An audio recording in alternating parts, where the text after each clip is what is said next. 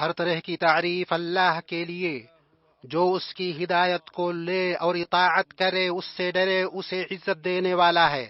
اور جو اس کے ذکر سے اعراض کرے، اس کے حکم کی مخالفت کرے، اس کی نافرمانی کرے، اسے ذلیل کرنے والا ہے۔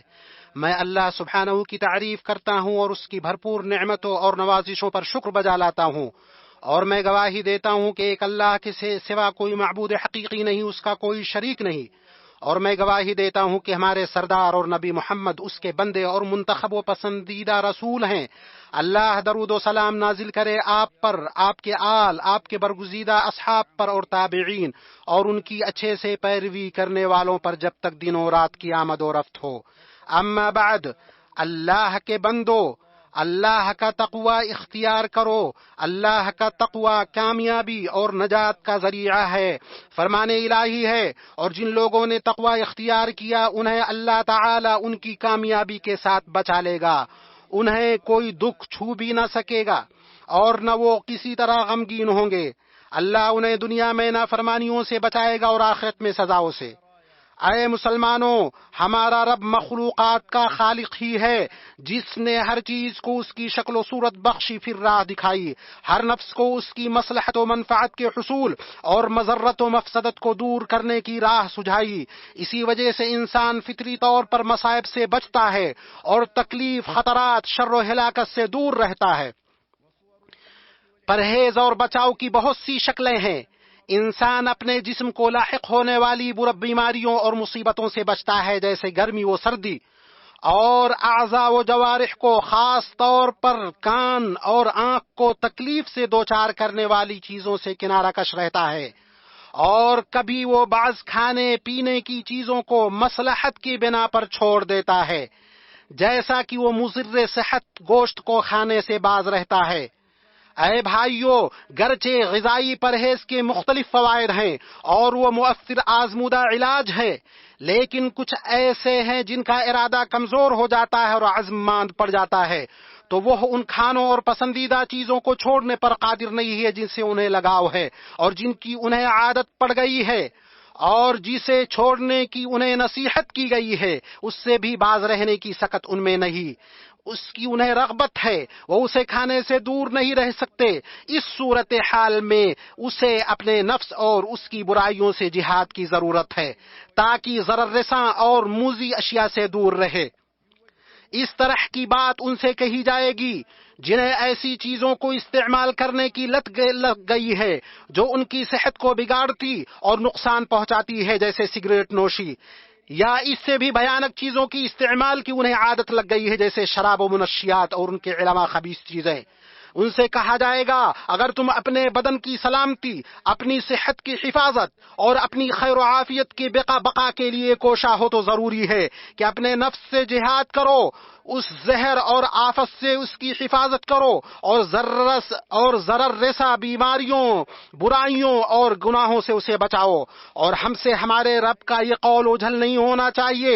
کہ اپنے آپ کو ہلاکت میں نہ ڈالو۔ یہ آیت کریمہ ثابت کرتی ہے کہ جو چیز آدمی کے دین یا دنیا میں نقصان کا سبب ہو اس نہیں میں داخل ہے، اور ہر چیز جو بدن کو نقصان پہنچائے ممنوع ہے۔ اللہ کے بندو، ہم میں سے کچھ ہیں جو جسمانی پرہیز کے لیے کوشاں ہیں اور اس پر بہت زیادہ توجہ دیتے ہیں، اس کے جزئیات کے بارے میں پوچھتے ہیں، اور اگر ان کے پاس کسی تجربہ کا ذکر ہوتا ہے کہ کھانے پینے کی کچھ نوعیت ہے جس میں بدن کے لیے صحت بخش فائدہ اور منفعت ہے تو اس کی طرف لپک پڑتے ہیں، اس کے حصول میں مقابلہ آرائی کرتے ہیں، اور جب ایسے کھانے پینے کا ذکر ہوتا ہے جس میں بدن کے لیے خطرہ اور نقصان ہے تو اس سے بچتے، دور رہتے اور اس سے ڈراتے ہیں۔ اور کبھی کبھار بندہ ایسی سخت پرہیز اپناتا ہے جس کے لیے وہ شدید مشقت جھیلتا ہے تاکہ وہ لاحق ہونے والی بیماری کو دور کر سکے۔ جسمانی پرہیز سے اس طرح کے تعامل پر کوئی اعتراض نہیں اور نہ ہی اس میں کوئی حرج ہے، بلکہ یہ ان امور کے قبیل سے ہے جنہیں شریعت نے حلال کیا ہے، جیسے امراض سے بچاؤ اور علاج کے اسباب کو اختیار کرنا، اور یہ اللہ پر توکل کے منافی نہیں، لیکن جو چیز اپنی طرف متوجہ کرتی، غور و فکر پر ابھارتی اور تعجب کی دعوت دیتی ہے وہ یہ کہ اس طرح کا تعامل اور کوشش اس سے زیادہ مناسب و لائق پرہیز چیز سے بچنے میں نہ کیا جائے۔ حماد ابن زید کہتے ہیں مجھے تعجب ہے اس شخص پر جو نقصان کی بنا پر کھانوں سے پرہیز کرتا ہے اور وہ عذاب کے خوف سے گناہوں کو نہیں چھوڑتا۔ اور عبداللہ ابن شبرما نے کہا مجھے تعجب ہے لوگوں پر جو بیماری کے ڈر سے کھانے سے پرہیز کرتے ہیں اور آگ کے ڈر سے گناہوں سے پرہیز نہیں کرتے۔ ابن القیم رحمہ اللہ نے کہا بندے کے لیے سب سے نقصان دہ چیز غفلت برتنا، اپنا محاسبہ نہ کرنا، خود کو بے مہار چھوڑ دینا، معاملات میں سہولت پسندی اور انہیں جیسے تیسے چلا دینا ہے، اور اس کا نتیجہ ہلاکت ہے۔ اور یہی دھوکے میں رہنے والوں کا حال ہے کہ انجام سے اپنی آنکھوں کو بند کر لیتا ہے، حالت کو جیسے تیسے چلا لیتا ہے، معافی پر تکیہ کر کے نفس کے محاسبہ اور انجام پر نظر رکھنے سے غافل ہوتا ہے، اور جب اس کی یہ حالت ہو تو گناہوں میں پڑنا اس کے لیے آسان ہو جاتا ہے، وہ ان سے مانوس ہو جاتا ہے، انہیں چھوڑنا اس کے لیے کٹھن ہو جاتا ہے۔ اگر وہ ہوش کے ناخون لیتا تو جان لیتا کہ پرہیز کرنا یکلخت چھوڑنے اور مانوس و معتاد کو ترک کرنے سے آسان ہے۔ برادران اسلام، ہم نے اپنی صحت کی حفاظت کے لیے کھانے میں پرہیز کو آزمایا اور ہم نتیجہ پر پہنچے کہ پرہیز علاج سے بہتر ہے، لیکن اے کاش کہ ہم اپنے ایمان کی حفاظت، اپنی جانوں کو بچانے اور اپنے صحائف اعمال کی سلامتی کے لیے گناہوں اور معاصی سے پرہیز کرتے۔ ہمیں جاننا چاہیے کہ اگر گناہوں کا چھوڑنے کا مقصد صرف یہ ہوتا کہ اس بھیانک وحشت سے بچا جائے جسے گنہگار اپنے دل میں محسوس کرتا ہے، تب بھی انہیں چھوڑنے کا ایک عقل مند زیادہ سزاوار ہوتا۔ اگر تمہیں گناہوں نے وحشت زدہ کر دیا ہے تو تم چاہو تو انہیں چھوڑ دو اور مانوس ہو جاؤ۔ اللہ کے بندو، گناہ اور معاصی دلوں کو نقصان پہنچاتے ہیں جس طرح زہر جسموں کو نقصان پہنچاتے ہیں، اور یہ جب بھی قابض ہوں گے آدمی کو ہلاک کر دیں گے۔ ان کا حال محسوس بیماریوں جیسا ہے۔ ضروری ہے کہ ہم ان سے اور ان کے اسباب سے دور رہ کر اپنا بچاؤ کریں، اور ان گناہوں اور خطاؤں میں سر فہرست جس سے بچنے اور دور رہنے کی سب سے زیادہ ضرورت ہے اللہ کے ساتھ شرک اور توحید کے منافی امور۔ اللہ کا فرمان ہے، اور جنہوں نے اس سے اجتناب کیا کہ بتوں کو پوجے اور اللہ کی طرف رجوع کیا تو ان کے لیے بشارت ہے۔ تو ان لوگوں کا حال یہ ہے کہ بتوں کی عبادت سے بچے اور شرک میں پڑنے سے دور رہے، اللہ کے ماں سوا کسی کی بھی عبادت نہ کی، اور اسی نے مومن نوجوانوں کو مجبور کیا کہ وہ غار میں پناہ لے، کیونکہ وہ اپنے دین میں فتنہ کے خوف کے سبب اپنی قوم سے بھاگے۔ اس میں تاکید ہے کہ حتمی طور پر فطرت کی حفاظت کی جائے، اسے انحراف سے بچایا جائے، احتیاط برتی جائے اور ایسے شرعی تدبیروں کو اختیار کیا جائے جو فاسد عقائد، منحرف افکار، غلط طرز عمل اور برے اخلاق سے بچاتی ہیں، تاکہ بندہ صراط مستقیم اور سیدھے منہج پر قائم رہے۔ اور وہ دشواری جس سے آج مسلم نوجوان دوچار ہیں اور جو ان کی نفسیات، سماج، اخلاق، روش سے جڑی ان کی شخصیت کو منہدم کرنے کا کام کر سکتی ہیں، وہ گھٹیا، فتنہ پرور، ہمہ جہت گناہ آلود ویب سائٹس کو دیکھنے کی لت ہے جو ان کے مستقبل کو برباد کر سکتی ہیں، ان کو نقصان پہنچا سکتی ہیں۔ لیکن ماں باپ، مربیوں سب سے امید ہے کہ وہ اپنی ذمہ داری کو محسوس کریں، جو امانت ان کے سپرد کی گئی ہے ادا کریں، اور اپنے ماتحتوں اور جن پر انہیں نگہبان بنایا گیا ہے ان کے بارے میں اللہ سے ڈریں، تو ان کی فکر کریں اور ان کو ان بھیانک خطروں اور قاتل بیماریوں سے بچانے، ان کی حفاظت کرنے، انہیں دور رکھنے کی مسلسل کوشش کریں۔ اس طرح کی ان پر نرمی برتیں اور ان کے لیے کثرت سے دعا کریں کہ اللہ انہیں ہدایت دے اور ان کی اصلاح فرمائے۔ ساتھ ہی پند و نصیحت و رہنمائی کا التزام کریں جو ان کے اندر دینی شعور کو تقویت دے اور ذاتی تحفظ کو مضبوط بنائے، یہاں تک کہ انہیں ادراک ہو جائے اور اس کے اضرار کی یقینی معرفت ہو جائے، تاکہ وہ ہر ایسی چیز سے تعلق ختم کرنے میں جلدی کریں جو انہیں راہ راست سے دور کر دے، اور ہر ایسے راستوں کو چھوڑ دیں جو گمراہی اور انحراف تک پہنچا دے۔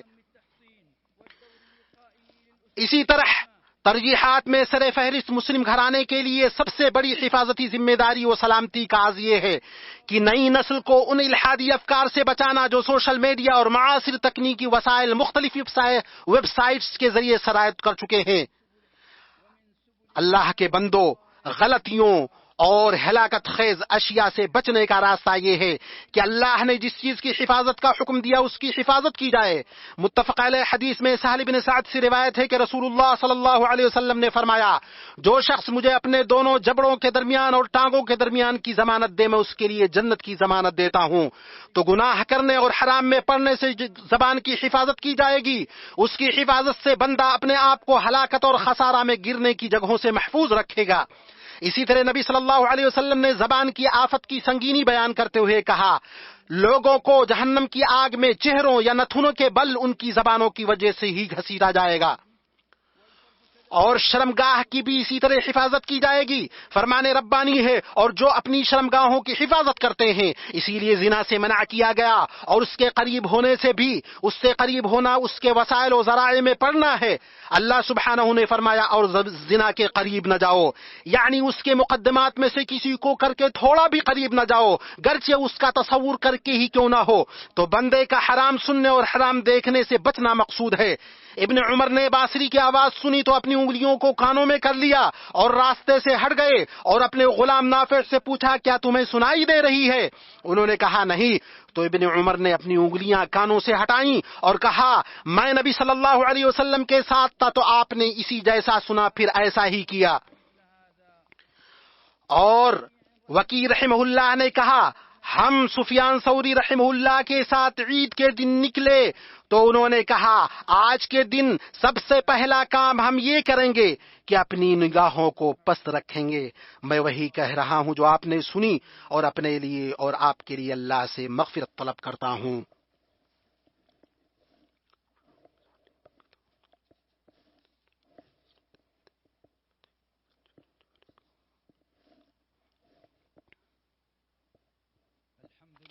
ہر طرح کی تعریف اللہ کے لیے، جس کے سوا کوئی حقیقی معبود نہیں، جو اس سے امید رکھے گا اس کی پناہ میں آئے گا، وہ نامراد نہ ہوگا۔ اور میں گواہی دیتا ہوں کہ اس اکیلے کے علاوہ کوئی معبود حقیقی نہیں، اس کا کوئی شریک نہیں۔ اور میں گواہی دیتا ہوں کہ ہمارے سردار محمد اس کے بندے اور رسول اور چنندہ ہے۔ اللہ آپ پر، آپ کے آل و اصحاب اور ان سے محبت کرنے والوں پر درود و سلام نازل کرے۔ اما بعد، اے اللہ کے بندو، اپنے مومن بندوں کے تئیں اللہ کی محبت یہ ہے کہ اسے ہر اس چیز سے بچاتا ہے جو اس کے بدن کو نقصان پہنچائے، نیز دنیا کے فتنوں سے اسے محفوظ رکھتا ہے۔ نبی صلی اللہ علیہ وسلم کی حدیث میں آیا ہے، یقیناً اللہ اپنے بندے سے دنیا کو روکتا ہے حالانکہ وہ اس سے محبت کرتا ہے، جس طرح تم اپنے مریض کو کھانے پینے سے روکتے ہو کہ تمہیں فکر ہوتی ہے۔ ایک اور روایت میں ہے، اللہ جب کسی بندے سے محبت کرتا ہے تو اس سے دنیا کو روک لیتا ہے، جس طرح تم اپنے بیمار کو پانی سے روکے رہتے ہو۔ مسلمانوں، تمہارے لیے جس کی حفاظت کی کوشش ہونی چاہیے وہ ہے ہمارے اعضاء، وہ جوارح۔ ہمیں گناہوں سے انہیں روکنا ہے، ان کی حفاظت کرنی ہے، اور انہیں بچانا ہے کہ وہ ان تمام برائیوں کو قبول نہ کرے جن سے ان کا سامنا ہو، تاکہ وہ ان سے مانوس نہ ہوں اور ان کا عادی نہ بن جائیں۔ اللہ کے قول اور بچڑا ان کے دلوں میں رچ بس گیا تھا سے یہ فائدہ ملتا ہے، جو اپنے دل کی حفاظت نہ کرے گا اسے آفتوں سے بچائے گا نہیں، جس طرح اپنے بدن کو امراض سے بچاتا ہے۔ وہ گناہوں کا عادی ہو جائے گا یہاں تک کہ انہیں پسند کرنے لگے گا، انہیں چھوڑنا اس کے لیے مشکل ہو جائے گا، تو وہ اسے کجروی ہلاکت و ندامت میں دھکیل دیں گے۔ اللہ کی پناہ۔ اور یہ یاد دہانی مناسب ہے کہ اعمال و اقوال کی استقامت خیالات کی نگرانی اور حفاظت سے پیدا ہوتی ہے۔ اللہ کے بندے، ہر مفید و نافع عمل میں اپنے وقت کو لگا کر دل کو اس کی غذا و خوراک فراہم کرو اور اسی میں مشغول رکھو، پھر یہ ہوگا کہ جو چیز تمہاری عقل پر چھا جائے گی اور جس میں تم اپنے آپ کو مشغول رکھو گے وہ اچھے خیالات اور پاکیزہ افکار ہوں گے۔ اسی طرح برے خیالات سے بچو، نہ انہیں اپنے دل میں لاؤ، نہ ان کی طرف توجہ دو اور نہ ہی ان کے رو میں بہہ جاؤ، کیونکہ دل کی زمین میں یہ شیطان کے بیج ہیں، اور اس میں شک نہیں کہ برے خیالات کو روکنا ارادے اور عزم کو روکنے سے زیادہ آسان ہے، پس تم پر لازم ہے کہ اس طرح کے خیالات کے وقت اللہ کی پناہ طلب کرو اور اللہ کی طرف متوجہ ہو، اللہ کے ذکر سے اپنی حفاظت کرو اور شیطان کے شر سے اس کی پناہ میں آ جاؤ، کیونکہ بنی آدم کے لیے اس کا خطرہ اور اذیت بہت سخت ہے۔ فرمان ربانی ہے، جو لوگ پرہیزگار ہیں جب ان کو شیطان کی طرف سے کوئی وسوسہ پیدا ہوتا ہے تو وہ چونک پڑتے ہیں اور دیکھنے لگتے ہیں، اور فرمان الہی اور کہو اے پروردگار میں شیطانوں کے وسوسوں سے تیری پناہ مانگتا ہوں، یقیناً اس کی حاضر ہلاکت ہے اور اس کی دوری برکت ہے، کیونکہ یہ شر و فساد سے جدا نہیں ہوتا۔ تو تم اپنے رب کی پناہ میں آ جاؤ کہ شیطان تمہارے کسی بھی معاملے میں تمہارے پاس حاضر ہو۔ جیسا کہ نبی صلی اللہ علیہ وسلم نے بتلایا، شیطان تمہاری ہر حالت میں تمہارے پاس حاضر ہوتا ہے، حتیٰ کہ کھانے کے وقت بھی۔ اللہ کے بندو، درود و سلام بھیجو متقین میں سب سے بہتر و موحدین و مخلصین کے امام پر، جیسا کہ رب العالمین نے حکم دیا اور فرمایا اللہ تعالی اس کے فرشتے اس نبی پر رحمت بھیجتے ہیں۔ اے ایمان والو، تم بھی ان پر درود بھیجو اور خوب سلام بھیجتے رہا کرو۔ اے اللہ درود بھیج محمد پر، ان کے آل پر، جیسا کہ تو نے ابراہیم اور آل ابراہیم پر بھیجا۔ اے اللہ اسلام اور مسلمانوں کو عزت دے اور کفر اور کافروں کو ذلیل کر، اور دین کے دشمنوں کو برباد کر دے، اور بلاد حرمین کو اسلام اور مسلمانوں کے دشمنوں سے محفوظ رکھ۔ اے اللہ اسے اور تمام مسلم ملکوں کو امن و اطمینان، ترقی اور وسعت والا بنا۔ اے اللہ ہم سے مہنگائی، وبا، بیماریاں، سود، زلزلے، آزمائشیں، ظاہر و باطن برے فتنے دور کر دے، خاص طور پر اس ملک سے اور تمام مسلم ملکوں سے۔ اے اللہ تو مدد فرما ہمارے مظلوم بھائیوں کی، تیرے راستے میں جہاد کرنے والوں کی، اور حدود کی حفاظت اور بارڈر پر متعین سپاہیوں کی۔ اے اللہ ان کے معاون، مددگار، حامی و ناصر بن جا۔ وطنوں اور گھروں میں ہمیں امن نصیب کر، اور ہمارے ائمہ ولی امر کی اصلاح فرما، اور ہماری باغ ڈور اسے سونپ جو تجھ سے ڈرنے والا، خوف کھانے والا، تیری خوشنودی پر چلنے والا ہو اے رب العالمین۔ اے اللہ ہم تجھ سے تیری رحمت کو واجب کرنے والی چیزوں کا، تیری بخشش کے یقینی ہونے کا، اور ہر نیکی میں سے حصہ پانے کا، اور گناہ سے سلامتی کا، جنت کی کامیابی اور جہنم سے آزادی کا سوال کرتے ہیں۔ اے اللہ ہمیں اپنے پاس سے رحمت عطا فرما، اور ہمارے کام میں ہمارے لیے راہ یابی کو آسان کر دے۔ اے اللہ ہم نے اپنے یاروں پر ظلم کیا، اور اگر تو ہماری مغفرت نہ کرے گا اور ہم پر رحم نہ کرے گا تو واقعی ہم نقصان پانے والوں میں سے ہو جائیں گے۔ اے ہمارے رب، شیطان کی وسوسوں اور ان کی حاضری سے تیری پناہ چاہتے ہیں۔ اے ہمارے رب، ہم ایمان لائے، تو ہمارے گناہوں کو بخش دے اور ہمیں جہنم کے عذاب سے بچا۔ والحمد للہ رب العالمین، وصلی اللہ علی نبینا محمد وعلی آلہ وصحبہ اجمعین۔